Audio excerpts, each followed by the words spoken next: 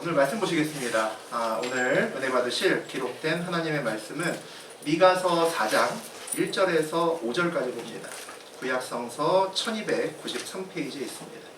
미가서 4장 1절에서 5절까지 봅니다. 교독하겠습니다. 제가 먼저 1절 공독하겠습니다. 끝날에 이르러는 여호와의 전의 산들이 꼭대기에 굳게 서며 작은 산들 위에 뛰어나고 민족들이 그리로 몰려갈 것이라. 많은 이방 사람들이 가며 이르기를 보라 우리가 여호와의 산에 올라가서 야곱의 하나님의 전에 이르자 그가 그의 돌을 가지고 우리에게 가르칠 것이니라.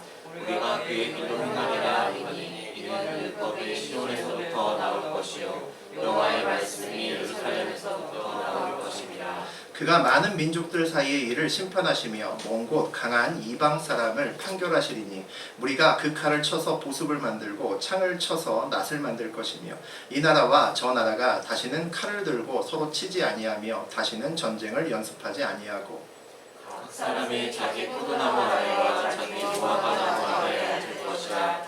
그들은 두렵게 할 자가 없으리니 이는 만군의 여호와의 입이 이같이 말씀하시느니라. 함께 읽습니다. 만민이 각각 자기의 신의 이름을 의지하여 행하되 오직 우리는 우리 하나님 여호와의 이름을 의지하여 영원히 행하리로다.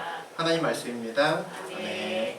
네, 우리 미가서 4장 우리 1절에서 5절까지 봤습니다. 우리 그 내용 가지고 하나의 끝 다른 시작, 하나의 끝 다른 시작이라는 제목으로 함께 은혜 나누겠습니다. 우리 지난 시간에 미가서 3장을 나누었는데 미가서 3장은 유다의 지도층에 대한 하나님의 경고와 심판의 말씀으로 이루어져 있었습니다. 이스라엘의 지도자들에게 요구하신 하나님의 그 기준, 하나님의 기준은 정의였습니다. 그 나라의 지도자들은 정의에 따라서 모든 기준을 삼고 그것에 따라서 행해야 된다라고 하나님이 말씀하셨죠. 정의라고 하는 것은 우리 지난 시간에 악을 미워하고 선을 기뻐하는 것, 아주 단순하고 아주 명료하죠. 악을 미워하고 선을 기뻐하라. 이것이 정의라고 말씀하셨습니다. 그런데 이스라엘 지도자들은 그렇게 하지 않았습니다. 우리도 그렇게 살지 않을 때가 많죠. 그들은 하나님이 굉장히 단순하고 명료한 기준을 주셨음에도 거기다가 복잡한 상황을 갖다 붙입니다.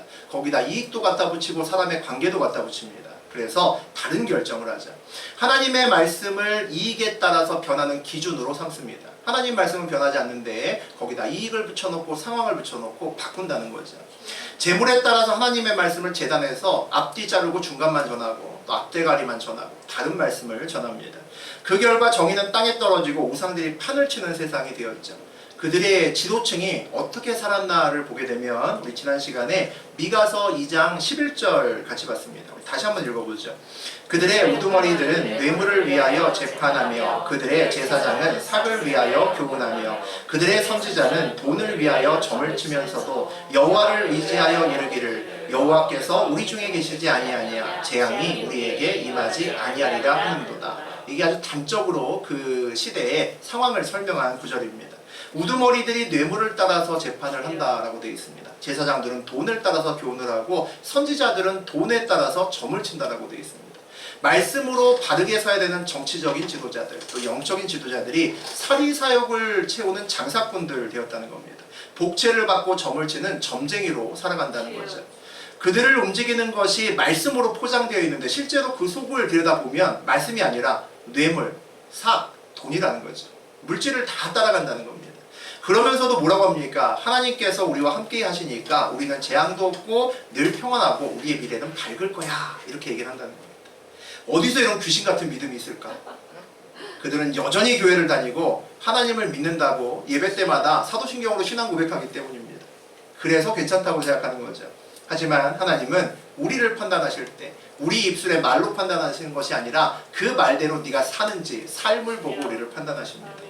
하나님과 상관없이 사는 이스라엘 지도자들과 그 백성들에게 우리 지난 시간에 하나님은 너희를 심판하겠다라고 말씀을 하십니다. 오늘 그 이후에 또 4장의 이야기 함께 보시죠. 우리 1절 같이 보겠습니다. 끝날에 이르러는 여호와의 전의 산이 산들의 꼭대기에 굳게 서며 작은 산들 위에 뛰어나고 민족들이 그리로 몰려갈 것이라.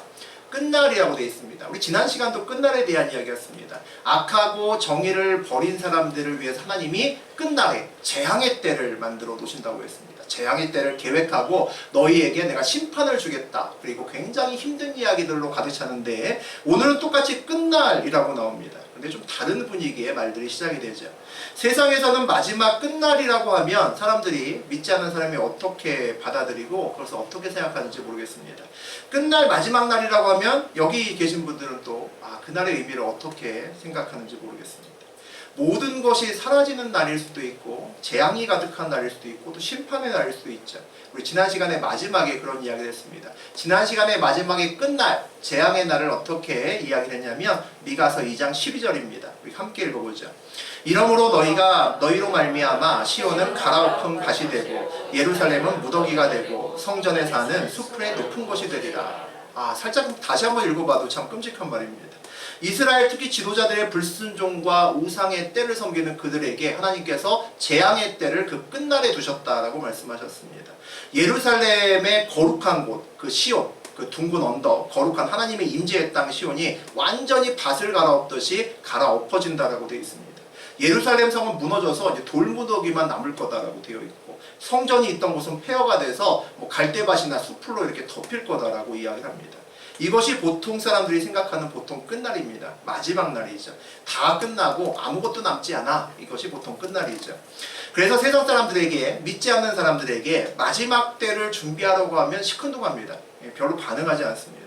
그들에게는 마지막 날이 중요한 것이 아니라 오늘이 중요하고 또 내일이 중요합니다. 오늘, 내일 잘 먹을 것이 중요하다는 거죠. 끝날은 그렇게 중요하지 않습니다. 만약 어느 날 갑자기 끝날, 마지막 날이 눈앞에 성큼 다가오게 되면 믿지 않는 사람들은 못된 사람들도 착해집니다.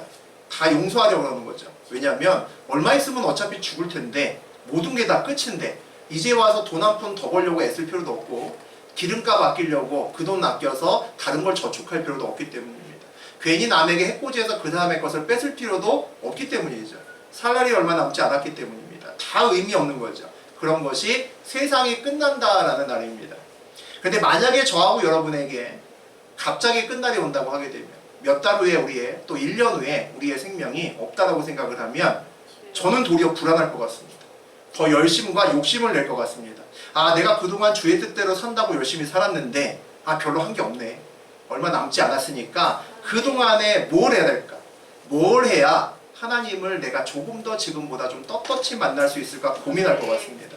심각하게 고민하고 이전보다 더 바쁜 삶을 살 것 같습니다.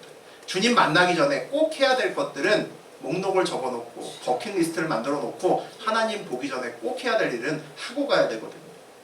우리에게는 늘 하나의 끝이 그래서 다른 시작이 됩니다. 기독교의 세계관에는 끝날 마지막 날이 심판의 날이기도 하고 심판이 있다는 것은 그 이후의 삶이 있기 때문입니다. 우리도 세상도 늘 시작보다는 끝이 중요하다라고 이야기를 합니다. 그런데 그 끝의 의미가 좀 다른 것 같아요. 세상의 끝은 마지막이 아니라 보통 후반부의 느낌이 강합니다. 이런 거죠. 인생에 100년이 있는데 100년 사는데 50년 나누어서 전반부 후반부 있으면 어느 것이 더 좋기를 바라냐? 결국 10이면 10다, 100이면 100다. 당연히 후반부겠죠. 젊은 날에 좀 고생해도 한 50년 고생하고 50년 떵떵거리고 살 수 있다면 그게 좋겠죠. 50년 떵떵거리고 살다 나가는 것보다는 누구나 후반부가 좋기를 원할 겁니다. 우리의 노후가 평안하기를 원한다는 거죠. 세상의 끝은 이런 끝입니다. 물론 우리도 이런 인생을 더 소원호하죠. 젊은 날 고생하는 게 낫죠. 나이 들어서 고생하는 것보다 저희도 그렇게 생각합니다. 그런데 기독교의 끝날이라는 것은 정말 마지막 그 끝을 의미하기도 합니다.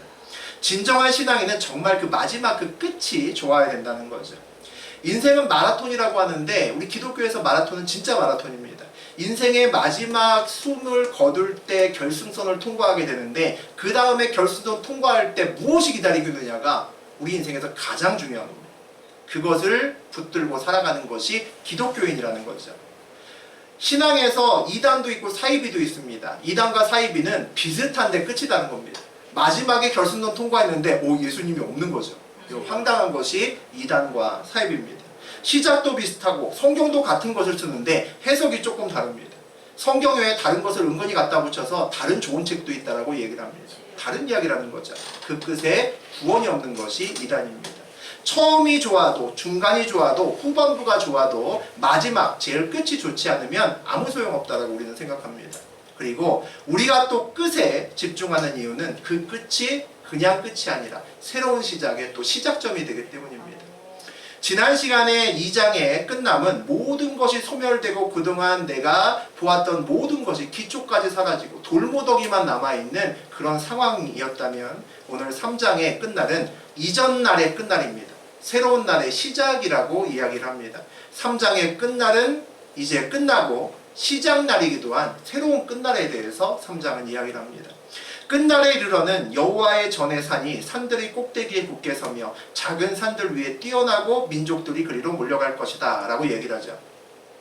여호와의 산이 가장 높이 선답니다. 그리고 민족들이 그곳으로 마구마구 몰려간답니다. 굉장히 활기찬 분위기죠.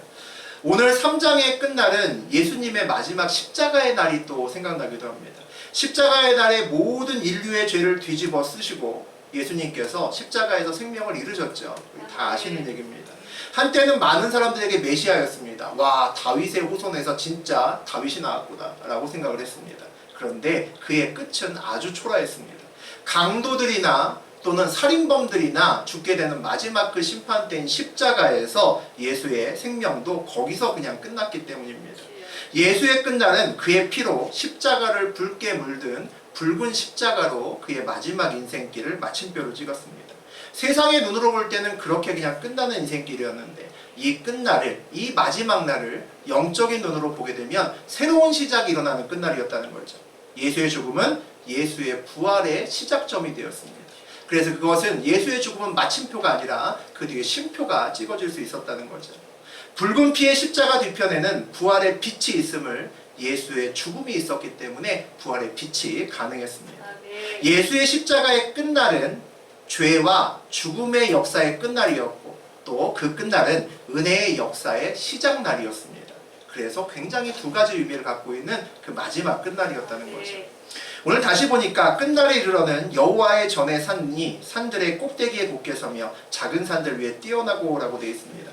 눈에 보이는 예루살렘의 시온과 성전마저 무너지고 아무 형체조차 알 수 없는 그 무너져버린 그 현장에서 새로운 시작이 일어났다라고 선포합니다. 여호와의 전이 가장 높이 섰다라고 이야기를 한다는 거죠. 민족들이 그리로 몰려갈 것이다 라고 되어 있습니다. 열방의 민족들이 모여든다는 겁니다. 이 몰려든다는 것은 홍수가 나서 강이 범람해서 물이 걷잡을 수 없이 몰려드는 것처럼 사람들이 그렇게 간다는 거죠. 이렇게 오늘 선포를 하면서 4장을 시작을 하고 있습니다. 우리 2장 2절 같이 읽어보겠습니다. 곧 많은 이방 사람들이 가며 이르기를, 오라, 우리가 여호와의 산에 올라가서 야곱의 하나님의 전에 이르자. 그가 그의 도를 가지고 우리에게 가르칠 것이니라. 우리가 그의 길로 행하리라 하리니 이는 율법이 시온으로부터 나올 것이요 여호와의 말씀이 예루살렘에서부터 나올 것이라. 이때부터도 더 옛날, 이때도 옛날인데 고대인데, 이때부터도 한참 옛날로 가면 창세기 11장에 보면 그런 얘기가 나옵니다. 바벨탑을 세웠던 인류를 하나님께서 전부 다 언어를 바꾸게 하셔서, 언어 안 바뀌었으면 우리가 영어 안 배워도 되는데, 우리 비단 선생님이 고생 안 하셔도 되는데 언어를 바꿔 놓으셔가지고 우리도 영어도 배우고 딴 것도 배우죠. 예, 온 세상을 그래서 흩으셨다는 그런 기록이 창세기 11장에 있습니다. 바벨탑은 온 세상의 사람을 가장 높은 곳에 위치하려는 사람의 욕심과 탐욕을 상징합니다. 내가 제일 높은 곳에 설 거야 라는 사람의 마음이 있다는 거죠. 우리도 마찬가지로 바벨탑처럼 우리가 늘 주인 되는 그런 삶을 살고자 하는 그런 욕구가 있습니다. 내가 하고 싶은 것만 하고 나 하기 싫은 건 안 해. 죽어도 안 해. 이런 마음이 우리 마음에 있다는 거죠. 하나님은 인간이 스스로의 역사를 자기 힘으로 쓰려는 것을 막기 위해서 사람들을 흩어버리셨습니다. 그 인간의 역사의 끝날, 바벨탑이 중지되는 그날에 바로 이어지는 이야기가 뭔 이야기인지 아십니까? 족보 이야기입니다. 아브라함의 족보 이야기가 바로 연결된다는 거죠. 하나님은 인간이 주인 되기 위한 역사의 끝날에 아브라함을 부르시고 하나님의 역사를 새롭게 쓰기 시작했다는 겁니다. 사람의 역사가 끝나고 그날 하나님의 역사가 시작되는 거죠. 하나의 끝이 또 다른 시작을 알린다는 겁니다. 곧 많은 이방 사람들이 가며 이르기를, 오라, 우리가 여호와의 손에 올라가서 야곱의 하나님의 전에 이르자 라고 나옵니다.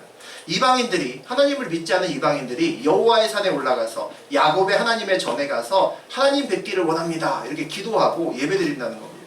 만나기 위해서 가장 높은 산 여호와의 손에 올라간다. 높은 곳에 올라가는 수고를 마다하지 않는다는 거죠. 스페인에 가면 산티아고에 순례자의 길이 있습니다.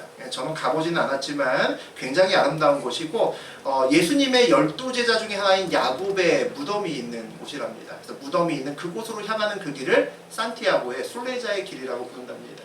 예루살렘에는 십자가의 길이 있습니다. 그 길은 걸어봤습니다. 예수님이 십자가를 지기 위해서 빌라도 법정에서 판결을 받고 고난 중에 십자가를 지고 올라가셨던 길이죠. 만약에 하나님을 믿는 누군가가 내가 이번 방학 때는 순례자의 길이나 또는 십자가의 길을 걸어보려고 해 라고 만약에 우리에게 얘기한다면 그 길에서 하나님 만나고 인생의 많은 걱정거리를 내려놓고 하나님과 깊은 교제를 하고 오겠구나 라고 대부분 생각할 겁니다. 그런데 오늘 이방인들이 그런 길을 걷겠다고 하는 겁니다. 우리의 이게 놀랄 일이죠. 별로 안 놀라시는데 여러분 집에 계시잖아요. 다 하나님 안 믿는 사람들, 남편도 있고 자녀들도 있을 텐데 그들이 어느 날 그렇게 얘기를 하는 거죠. 내가 십자가의 길을 좀 걷고 오겠다 이렇게 얘기를 하는 거죠. 그러면 이상한 일 아닙니까? 깜짝 놀라겠죠. 아니 내 남편이 이런 생각이 들겠죠. 오늘 그렇다는 겁니다. 그가 그의 도를 가지고 우리에게 가르칠 것이니라. 우리가 그의 길로 행하리라 하리니. 많은 이방인들이 하나님의 산에 오르고 여호와의 전으로 그냥 구경 가는 것이 아니라 예배드린다는 거죠. 하나님의 도를 듣고 그것을 내가 삶으로 행하겠다. 믿음의 결단까지 하겠다는 겁니다. 놀라운 일이죠. 여호와 하나님의 이름을 부르겠다라고 이야기를 합니다. 이 말을 듣는 이스라엘 사람들은 굉장히 어안이 벙벙했을 겁니다. 이게 도대체 무슨 얘기일까? 지금 이방민족 아수르나 바벨론 이런 애들이 우리를 계속 쳐들어와서 우리를 계속 못살게 구는데 아니 그런 이방민족들이 뭐가 모자라서 우리가 섬기는 하나님을 믿겠다고 하는 것일까? 이해 안 된다는 거죠. 믿으려고 애써도 믿어지지 않는 말이죠. 초대교회 때 그리스도인들을 핍박하던 로마인들이 예수님을 믿을 거다라고 누가 전했다면 우리가 그리스도인이라면 믿을까요? 아니죠. 계속 우리 쫓아다니고 죽이려고 잡으러 오는 사람들이 예수님을 믿을 거다. 그 예언을 누가 믿겠습니까? 당시에 아무도 믿을 수 없었던 이야기죠. 하지만 오랜 시간이 지나서 우리는 그 예언이 이루어졌다라는 걸 다 알고 있습니다. 수많은 이방 민족들이 하나님의 백성으로 편입됐죠. 우리도 그 중에 하나입니다. 우리도 이방 민족인데 하나님께 편입됐죠. 그리스도인들을 핍박했던 로마는 어느 날 그리스도교를 그들의 국교로 정합니다. 말도 안 되는 일이 일어났죠. 하나님의 약속은 반드시 이루어진다는 겁니다. 우리 3절 같이 보겠습니다. 그가 많은 민족들 사이의 일을 심판하시며 먼 곳 강한 이방 사람을 판결하시나니 무리가 그 칼을 쳐서 보습을 만들고 창을 쳐서 낫을 만들 것이며 이 나라와 저 나라가 다시는 칼을 들고 서로 치지 아니하며 다시는 전쟁을 연습하지 아니하고 마지막 때의 그 끝날에 하나님께서 민족 간의 시시비비를 가리신답니다. 그리고 먼 곳 이방 사람 민족들도 판결하신다라고 그렇게 이야기를 합니다. 그 판결의 목적이 뭘까요? 심판의 결과가 뭘까요? 오늘 보니까 이 나라와 저 나라가 다시는 칼을 들고 서로 치지 아니하며 다시는 전쟁을 연습하지도 않는다라고 되어 있습니다. 심판과 판결의 목적은 전쟁을 하지 않는 것, 평화가 목적이라는 겁니다. 어찌 전쟁을 하지 않을 수 있을까요? 인간이 살아가는 곳에는 늘 전쟁이 끊이지 않는 것을 우리가 성경을 안에서도 보고 그리고 성경 밖에서도 봅니다. 과거에는 정말 보이는 칼과 창으로 전쟁을 하고 살았죠. 2차 세계대전 이후에는 전 세계에서 전쟁이 확실히 줄었지만 여전히 우리의 삶에서는 보이지 않는 전쟁을 무진장하고 살아갑니다. 눈에 보이는 창과 칼은 없지만 우리의 삶 현장은 전쟁 중입니다. 역시 여전히 칼과 창은 없지만 소리 없는, 총성 없는 그런 전쟁이 계속 우리 주변에는 계속되고 있죠. 우리의 삶의 현장에 수많은 사람들의 이권과 욕심과 탐욕이 얽혀서 아주 복잡하게 우리 주변의 상황이 시시각각으로 돌아감을 느껴질 때가 많습니다. 이 나라와 저 나라가 다시는 칼을 들고 서로 치지 않고 다시는 전쟁을 연습하지 아니하고라고 되어 있죠. 서로 간에 칼과 창을 들어 싸우지 않고 심지어는 전쟁을 연습하지도 않는데요. 준비하지도 않는데요. 내 이익을 따지지 않겠다는 거죠. 남의 것을 탐하지 않고 남이 위에 올라서고려도 하지 않는다는 겁니다. 이게 어떻게 가능할까라는 생각이 듭니다. 이게 어떻게 가능하지? 이것을 가능하게 평화를 이끄시는 하나님의 방법에 대해서 나와 있습니다. 뭐라고 되어 있냐면 그 칼을 쳐서 보습, 농기구를 만들고 창을 쳐서 낫을 만든다라고 되어 있습니다. 무기를 쳐서 안무기를 만든다는 겁니다. 농기구 만든다는 거죠. 쇠는 같은 쇠인데 어떻게 치느냐에 따라서 칼이 되기도 하고 창이 되기도 하고 보습이 되기도 하고 낫이 되기도 합니다. 칼과 창을 보습과 낫으로 만들려면 어떻게 해야 될까요? 다시 불에 달구어서 망치로 쳐야 됩니다. 다른 연단의 시간을 거쳐야 된다는 거죠. 우리가 하나님을 깊이 만나기 전에 세상에서 살 때 여러분과 저도 칼이 되었습니다. 여러분과 저도 창이었습니다. 세상에서 좀 더 많은 것 얻기 위해서, 좀 더 높은 자리에 가기 위해서 우리의 창을 뾰족하게 다듬었고 우리의 칼을 열심히 갈면서 그렇게 살아갔습니다.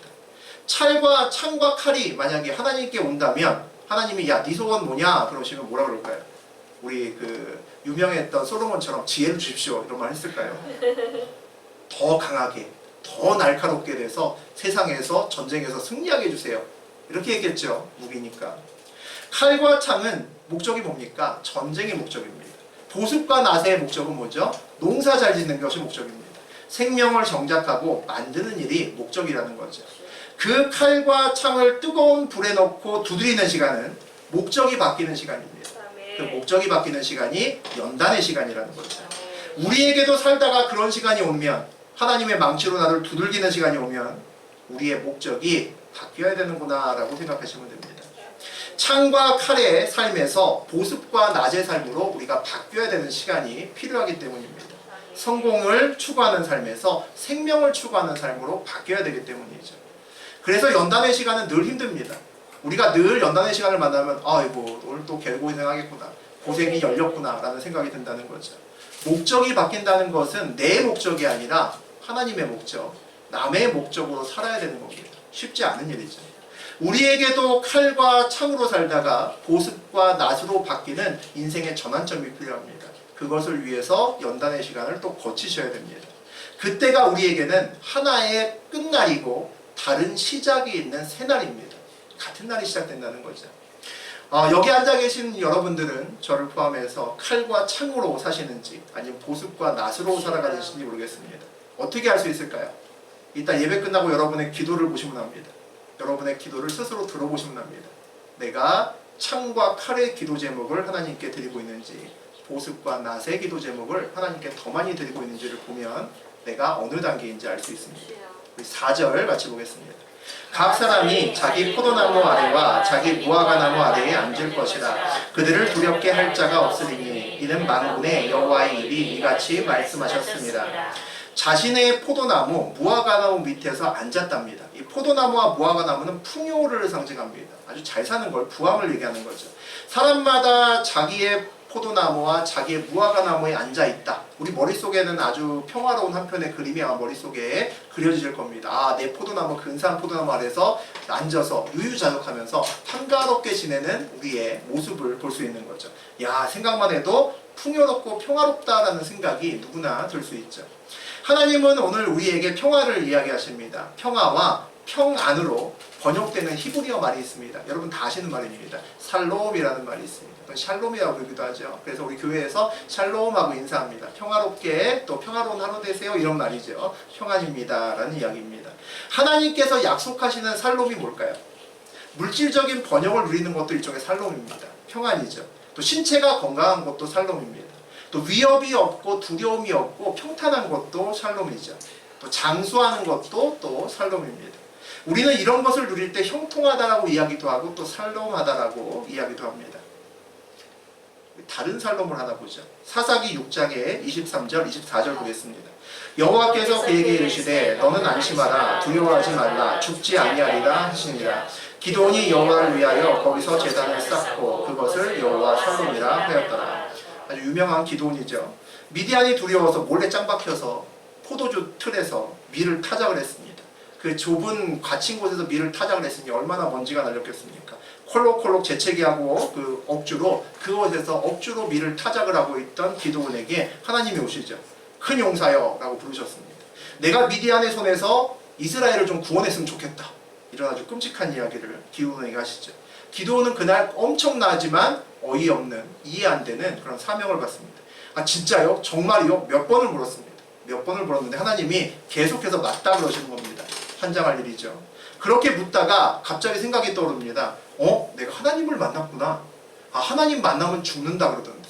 성경에 써있는데 라는 생각이 있습니다. 이제 미디안을 둘째치고 당장 내가 죽겠다는 거죠.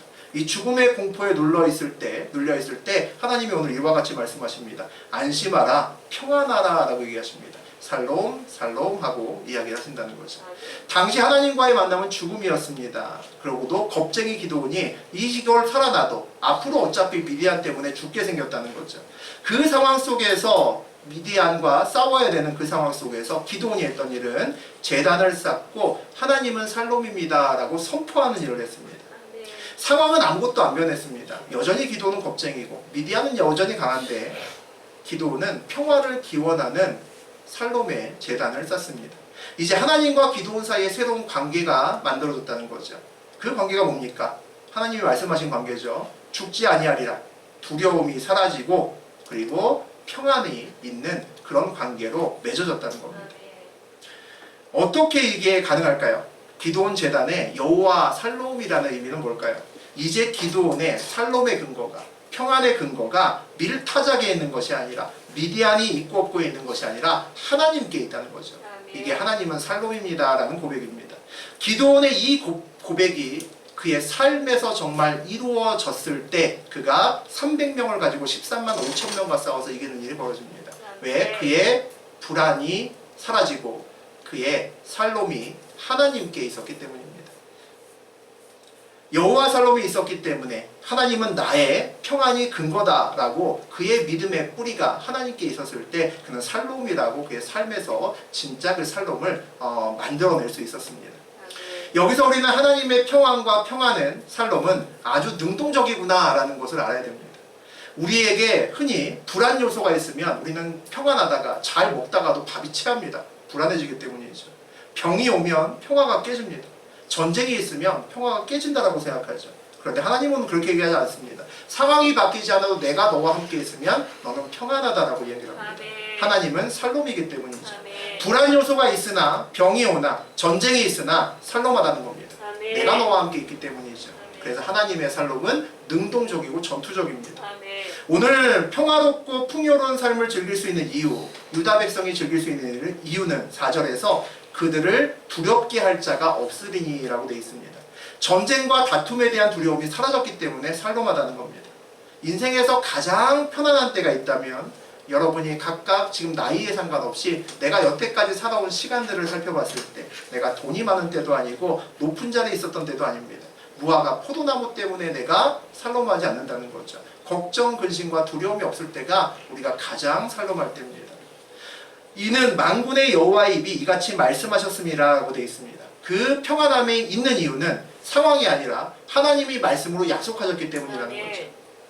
시온이 완전히 갈아엎어지고 예루살렘 성이 무너져서 돌무더기만 남고 성전이 있는 곳이 폐허가 돼서 뒤덮이는 그 마지막 날 끝날에 하나님은 오늘 평화가 있다라고 약속하십니다.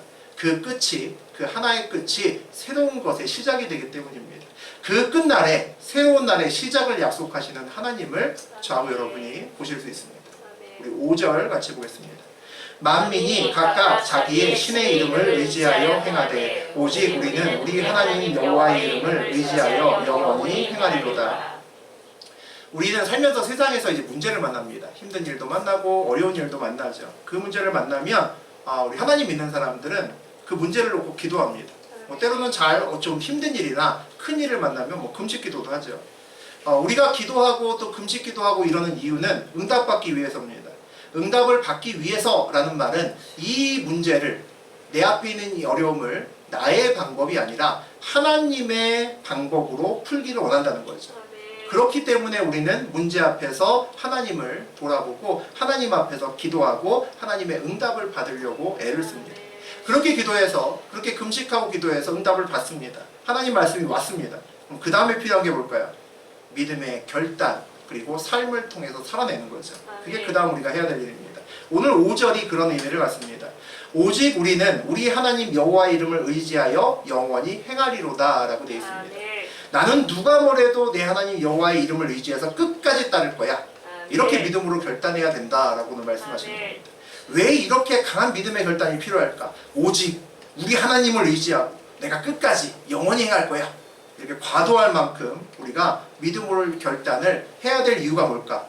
대표적인 이유는 뭐냐면 세상이 그 응답을 조롱하기 때문입니다. 만민이 각각 자기의 신의 이름을 의지하여 행하되 라고 되어 있습니다. 만민 누구나 하나님을 믿는 우리 말고도 하나님을 안 믿는 세상 사람들도 누구나 하나씩은 들고 있는 것이 있습니다. 각각의 자기가 믿는 구석, 신이 있다는 거죠. 무엇인가를 들고 세상을 살아갑니다. 정말 다른 신을 붙드는 사람도 있고 자기의 능력이나 돈이나 명예나 자리를 붙들고 그것으로 한평생 형통할 수 있다고 생각하고 누구나 믿는 구석, 심지어는 자기를 믿으면서 살아가는 사람들이 있습니다. 만약에 우리가 세상을 살면서 어떤 문제를 만났을 때 여러분 믿지 않는 주변 사람에게 내가 어려운 일을 만났는데 이 문제 풀기 위해서 예배를 좀 더 드려야겠어. 이 문제 풀기 위해서 내가 금식 기도하려고 해. 이 문제 풀기 위해서 내가 기도 한 3일 동안 좀 다녀올게. 그러면 여러분 주변에 믿지 않는 사람이 뭐라 그럴까요? 야 열심히 기도해. 야 응답이 꼭 오겠다. 이렇게 할까요? 아니죠. 속으로는 다른 얘기 할 겁니다. 얘 미쳤구나. 미쳐도 곱게 미칠 것이지. 왜 괜히 밤은 굶어? 막 이런 생각을 한다는 거죠. 그나마 나를 많이 좀 이해해주고 좀 이렇게 말을 좀 부드럽게 하는 사람이 있다면 야 그래 기도원 가서 생각 좀 잘 정리하고 와. 아마 그렇게 얘기를 할 겁니다. 기도원 가서 하나님이 아니라 내 스스로 잘 돌아보고 뭔가 해결책이 있는지 잘 이렇게 좋은 이렇게 템플 스테이 하는 것처럼 갔다 와 이런 얘기를 한다는 거죠. 차라리 기도원 간다 그러지 말고 내가 아주 용한 점쟁이 하는 사람이 있는데 기가 막혀. 그래서 그 사람한테 가서 오늘 좀 복시도 좀 두둑하게 주고 좀 물어보려고 그래. 장난 아니야. 그러면 아마 옆에 있는 사람이 나도 가자. 그럴 가능성이 높습니다. 야 나도 물어볼 거 있는데 야 나도 이거 해결할 문제가 있는데 야 그렇게 용해? 진짜야? 혹시 얼마인데? 뭐 이런 얘기 물어볼 겁니다. 우리의 문제 해결 방식은 하나님을 믿지 않는 사람이 볼 때는 이해할 수 없는 일입니다. 아니 21세기 과학의 시대에 무슨 소리 하는 거야? 라는 생각이 들지 않을 수 없다는 거죠. 하지만 21세기의 과학자도 하나님은 강단으로 부르십니다. 첨단 과학을 했던 사람도 부르셔서 눈에 보이지 않는 사람이 있습니다 라고 선포하는 자리에 올려놓으신다는 거죠. 오직 우리는 우리 하나님 여호와의 이름을 의지하여 영원히 행하리로다. 하나님의 말씀이 있으면 이와 같이 강한 확신을 가지고 내가 고백하고 결단하지 않으면 무너진다는 겁니다. 담대하게 순종할 수 없다는 겁니다. 우리는 응답을 받기 전까지만 주저합니다. 응답을 받기 전까지만 초조해야 합니다. 망설입니다. 하지만 응답받은 이유는 담대히 순종하고 나간다는 거죠. 그렇게 달라지는 삶을 살 수 있습니다. 우리 지난주에 그 3장 다룰 때 오늘도 봤지만 첫 시작할 때 봤지만 시온도 예루살렘도 성전도 모두 다 사라지는 그 심판의 날에 대한 이야기를 했습니다. 그런데 오늘 똑같은 그 끝날 심판의 날에 오늘은 회복의 말씀을 이야기를 하십니다. 그 갈아엎어지는 그 심판이 모든 것을 갈아엎고 폐허로 만드는 그 심판이 아주 없애버리고 제거하기 위한 심판이 아니었다라고 오늘 다시 말씀을 하시는 거죠. 우리 앞에 어려움이 왔을 때 그 어려움 뒤에 뭐가 있는지 내 앞에 있는 어려움 뒤에 하나님의 무슨 메시지가 있는지를 볼 수 있는 눈이 있으셔야 됩니다. 그 눈이 열려야 된다는 거죠. 만약에 그 어려움이 때로는 나의 죄값 때문에 옵니다. 내가 이전에 불법을 해가고 내가 잘못했던 것 때문에 오기도 합니다. 하지만 그럴지라도 내 죄값 때문에 어떤 어려움이 왔을지라도 그 어려움이 나에게 오로지 벌 주는 것만을 가지고 오지 않는다는 겁니다. 목적이 그것만 있지 않다는 거죠. 그 뒤에 다른 메시지가 있다는 것을 볼 수 있는 눈이 필요하다는 겁니다. 우리에게 감당할 수 없는 어려움이 온다면 이전 날들의 끝날일 가능성이 높습니다. 그런 날이 어느 날 나에게 오면 여러분과 저에게 오면 어떻게 해야 될까요? 이전의 날들을 어떻게 정리해야 될까 고민하고 새로운 날들을 내가 어떻게 맞이해야 될까 준비하시면 됩니다. 이전의 날이 완전히 갈아엎어져야 새로운 날이 시작될 수 있기 때문이죠. 옛날에 어렸을 때 가끔 동네에 서커스단이 왔습니다. 요즘은 아주 근사한 데 가서 돈 내고 보지만 옛날엔 천막을 치고 가끔 공연을 했습니다. 할머니 손을 잡고 제가 몇 번 따라다녀 봤습니다. 요즘처럼 세련되지도 않고 아마 조금 연세 있으신 분들은 아마 가보셨을 겁니다. 시골스러운 분위기 속에서 아주 좀 유치한 그런 마술쇼 같은 것도 하고 하는데 클라이맥스가 있습니다. 공중 그네 타기. 그게 아주 클라이맥스죠. 아주 스릴 있습니다. 높은 곳에서 막 여자 남자가 손잡고 이 그네 저 그네를 뛰어다닙니다. 야 저거 조금만 잘못하면 막 죽는데 막 이런 생각이 드는 거죠. 근데 그 위에서 막 장난하고 서로 놓치고 막 이런 걸 보면 가슴이 철렁철렁 내려앉기도 합니다. 두 개의 그네가 보통 왔다 갔다 하죠. 그리고 보통 쫄티 같은 걸 입고 쫄바지 입고 나옵니다. 그렇죠? 그런 거 입고 나와서 두 사람이 손으로 잡고 회전하면서 다른 그네 쪽으로 넘어가고 그런 위험천만한 서커스를 보여줍니다. 반대쪽으로 가려면 어떻게 됩니까? 내가 잡은 한쪽 그네의 손을 반드시 놔야 됩니다. 그래야지 반대쪽으로 가죠. 그래야 반대쪽 그네를 잡을 수 있습니다. 내가 무서워서 이전에 잡고 있던 그네를 절대 놓지 못하고 있으면 어떻게 됩니까? 다시 원래 제자리로 돌아갑니다. 조금 용기 내서 한쪽만 또 놓고 한쪽만 다른 그네를 잡으면 더 위험할 겁니다. 아마 두 그네 다 놓치고 중간에 떨어질 겁니다. 신앙에는 단계가 있습니다. 하나님을 만나고 조금씩 성장하는 단계가 있습니다. 그런데 다음의 그네로 갈아타지 못하면 신앙이 좋아진 것 같지만 제자리로 돌아갑니다. 중간중간에 우리의 신앙의 길에는 알을 깨야 되는 단계가 있습니다. 믿음의 결단을 해서 넘어가야 되는 단계가 있습니다. 엄마 뱃속에서 자란 아이가 엄마 배 밖으로 나와야 되는 거죠. 알에서 자란 새가 부리로 알 껍질을 깨고 나와야 그 다음에 되는 겁니다. 나비가 되려면 꼬치를 뚫고 나와야 날 수 있다는 거죠. 이 그네에서 다음 그네로 건너가야 되는 그런 때가 있습니다. 결단하고 나와야 되는 그런 시간이 있는 거죠. 결단하고 나올 때 나오지 못하면 다시 돌아갑니다. 참 신기한 일이죠. 대부분의 사람은 우리가 결단하고 다음 그네로 뛰어야 되는 그 시간 앞에서 아, 고난이 왔구나 라고 생각합니다. 우리를 믿음으로 결단하게 하는 상황은 늘 어려워 보이고 늘 힘들어 보이기 때문입니다. 그 고난이라고 느껴지는 시간이 영적인 의미에서는 하나의 끝날이고 다른 날의 시작 지점입니다. 그게 우리가 보통 고난이라고 느껴진다는 거죠. 그날에 결단하지 못하면 다른 그네로 반드시 뛰어넘어가지 못하면 돌아간다는 겁니다. 대부분의 사람들이 신앙이 자라지만 온전한 단계로 다음 단계로 넘어가지 못하고 그 단계에서 계속 헤매는 이유가 거기 있습니다. 우리는 늘 어려움을 통해서 믿음이 다음 단계로 넘어가는 그런 경험을 합니다. 그래서 하나의 어려움이 온다 라는 느낌이 들면 나의 이전 날들의 신앙의 끝날이 왔구나 라고 생각하시면 됩니다. 그것을 통해서 내가 버려야 될 것들이 무엇인지 하나님께 물으셔야 되고 그 시간 동안에 내가 결단해야 될 것이 무엇인지 살펴볼 수 있는 영적인 눈이 있어야 된다는 거죠. 내 앞에 어려움이 왔을 때 온전히 이전 것들을 버리고 새로운 그네에 몸을 던지면 그 끝날이 새로운 날의 시작날이 됩니다. 그러면 내 앞에 있는 어려움은 어떻게 될까요? 걸림돌이 아니라 새로운 단계로 넘어가는 디딤돌이 된다는 거죠. 우리의 삶이 바뀐다는 겁니다. 그리고 한쪽 그네를 놓고 다른 그네를 잡기 전에 중간에 빈 시간이 있습니다. 아무것도 잡지 못하고 공중에서 허우적대는 시간이 있습니다. 만감이 교차하는 시간이죠. 불안감이 최고조로 올라가는 시간이 있습니다. 내가 잡고 있는 것을 믿음으로 분명히 전 그네를 놨는데 다음 그네가 잘 보이지 않는 겁니다.